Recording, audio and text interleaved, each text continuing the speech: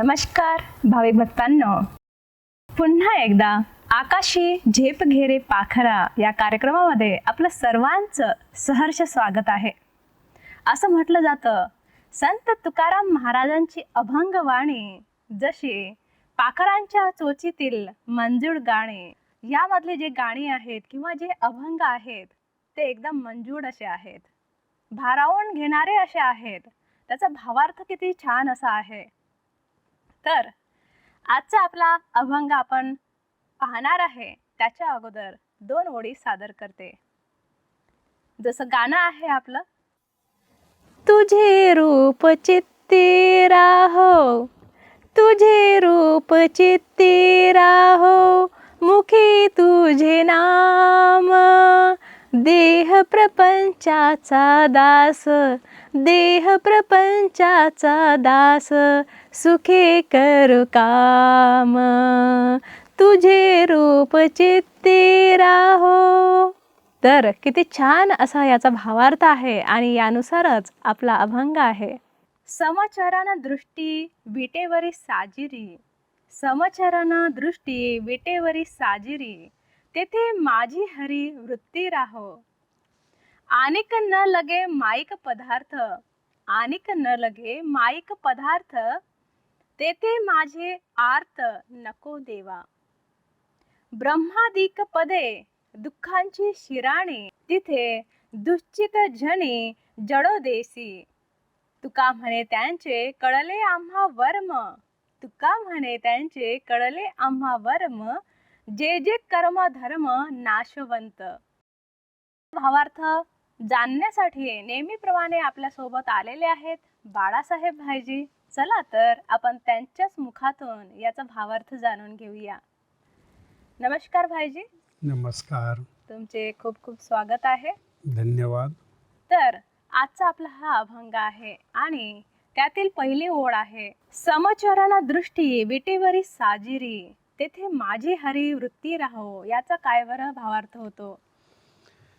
खूप सुंदर.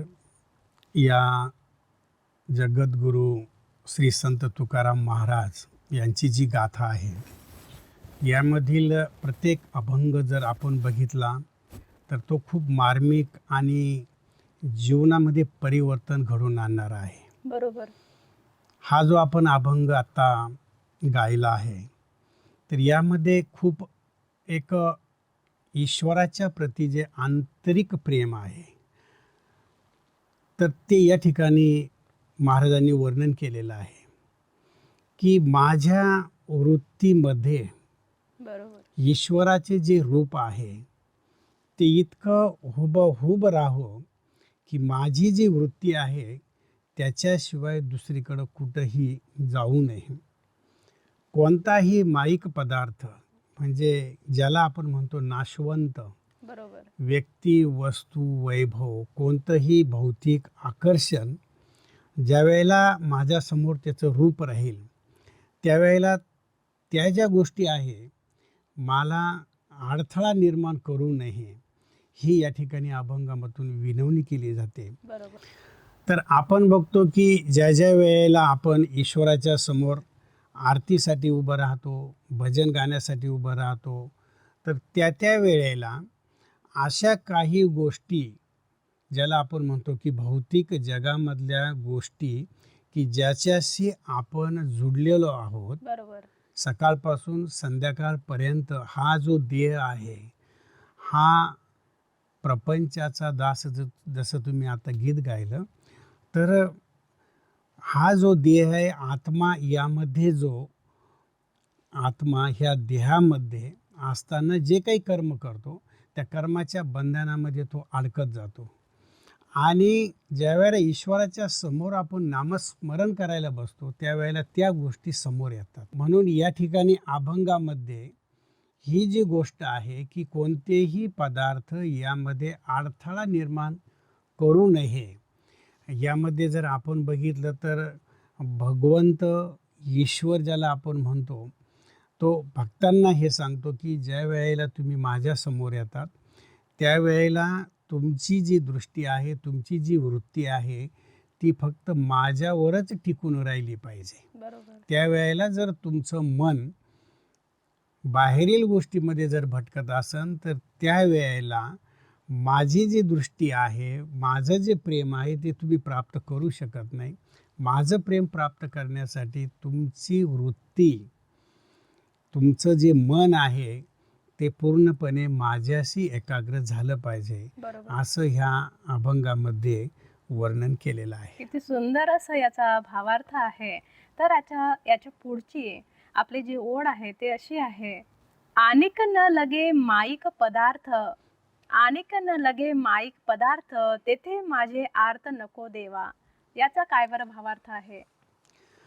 या ठिकाणी पहिल्या अभंगाचीच ही पुढली ओळ आहे, जे आपण बरोबर. वर्णन केलेलं आहे, की अशा ठिकाणी माझी बुद्धी नको जाऊन देऊ, की जे पदार्थ नाशवंत आहे आणि तुझ्याकडून ते मला दूर नेतील, असे जे पदार्थ आहे. मग आपण विचार करायचा की ज्या ज्या वेळेला आपण चाहे भक्तीमध्ये रममान असू किंवा आरतीमध्ये आपण रममान असू, तर त्यावेळेला आपण आपलं ऑब्झर्वेशन करू शकतो, स्वतःला आपण टटोलू शकतो की माझं जे मन आहे ते कोणकोणत्या गोष्टीकडे आकर्षित होतं. कारण आज आपण बघतो की ह्या भागदौडच्या म्हणजे धावपळीच्या जीवनामध्ये जर आपण आज जर बघितलं तर लोक भौतिक पदार्थांकडे ज्यादा आकर्षित झालेले आहेत. बरोबर. आणि हे जे भौतिक पदार्थ आहे हे का आपण एकत्र करतो की कुठंतरी याच्यामध्ये सुख आणि समाधान मिळेल. परंतु ज्या वेळेला कुठंतरी आपल्याला वाटतं की हे जे भौतिक पदार्थ आहे हे सुख देणारे नाही, फक्त सुविधा देणारे आहे. बरोबर. आणि ज्या वेळेला ही एक जाणीव आत्म्याला होऊन जाते की मला किती जरी मी ह्या पदार्थांना जमा केलं तर फक्त आपण त्याला बघू शकतो, आपल्याला ते सुविधा देऊ शकतात, सुख आणि समाधान नाही देऊ शकत. सुख आणि समाधान जर तुम्हाला पाहिजे तर ते भौतिक पदार्थांच्या पलीकडे आहे. बरोबर. मग भौतिक पदार्थांच्या पलीकडे काय आहे, तर ते आहे की स्वस्वरूपाला जाणणं, स्वतःला ओळखणं की मी ह्या शरीराद्वारे कार्य करणारी कोण आहे. हे ज्या वेळेला आपल्याला जाणीव होते की देहापासून एक मी वेगळी एक सत्ता आहे, हे जोपर्यंत आपल्याला कळत नाही तोपर्यंत भौतिक पदार्थांच्या पलीकडे आपण जाऊ शकत नाही. बरोबर. हे या ठिकाणी अभंगामध्ये ह्या ओळीमध्ये वर्णन केलेलं आहे. खरोखर किती सुंदर तुम्ही सांगितलं की मी कोण आहे आणि कशासाठी आली आहे हे ओळखणं खूप महत्त्वाचं आहे. तर आता याच्या नंतरची आपली ओळ आहे, ब्रह्मादिक पदे दुःखाची शिराणी, ब्रह्मादिक पदे दुःखाची शिराणी, तेथे दुश्चिंत झनी जडो देसी. याचा काय बरं भावार्थ आहे?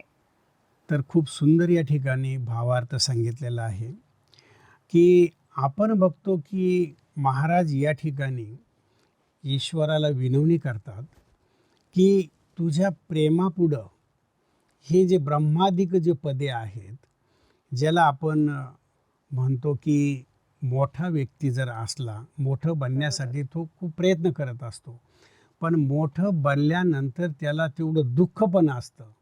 मग तुम्ही वशिष्ठ ऋषी बघा, विश्वामित्र बघा, अगस्त्य मुनी ऋषी बघा, बरेच ऋषी होऊन गेलेले आहेत. बरोबर.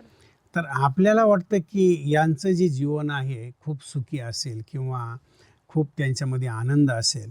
वास्तविक आपण जर बघितलं तर आज समाजामध्ये जितके काही मोठ्या पोस्टवर बसलेले आहेत किंवा जितकं त्यांचं पद मोठं आहे, तर जवळून जर बघितलं तर ते पद टिकवण्यासाठी त्यांना खूप काही कष्ट उठवावं लागतात, बरोबर. खूप मेहनत त्रास करावं सहन लागते, करावा लागतो, त्रास सहन समाजाचं करावा. ऐकावं लागतं.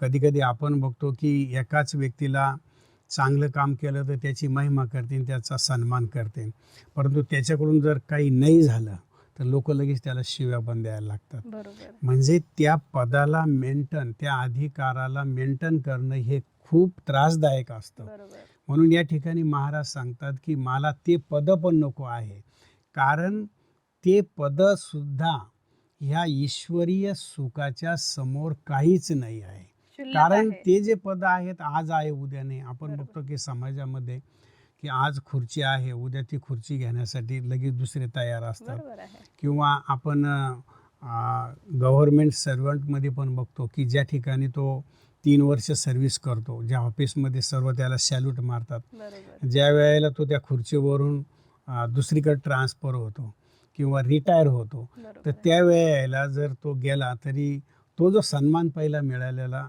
असतो तो सन्मान त्याला मिळत नाही, बरोबर. कारण सर्व खुर्चीचा मान आहे.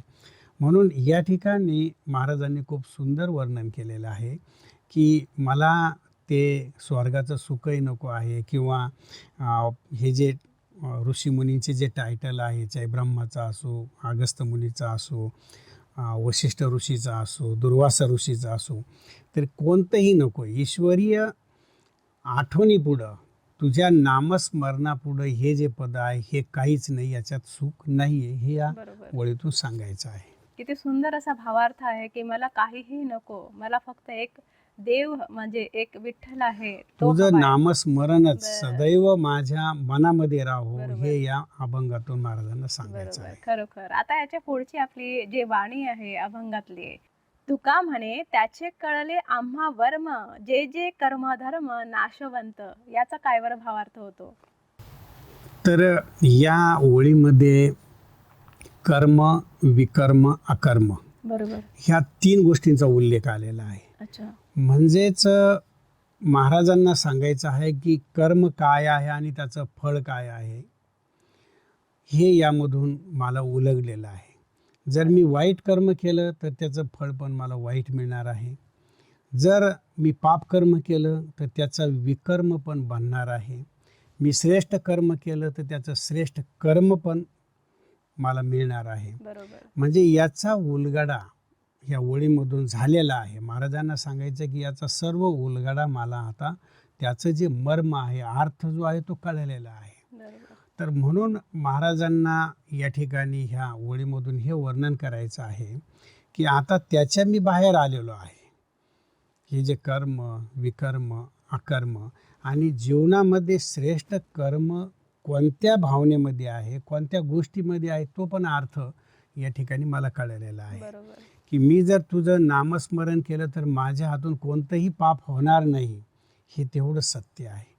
पापकर्म कधी होईल की ज्या ज्या वेळेला मला तुझी आठवण राहणार नाही, ज्या ज्या वेळेला मी तुला विसरेल त्या त्या वेळेला ते पापकर्म होईल. आणि श्रेष्ठ कर्म जर मला करायचं असेल तर त्या ठिकाणी तुझी आठवण असणं गरजेचं आहे. बरोबर. म्हणजे ह्या ज्या गोष्टी आहे ह्या ठिकाणी या ओळीमध्ये आलेल्या आहेत.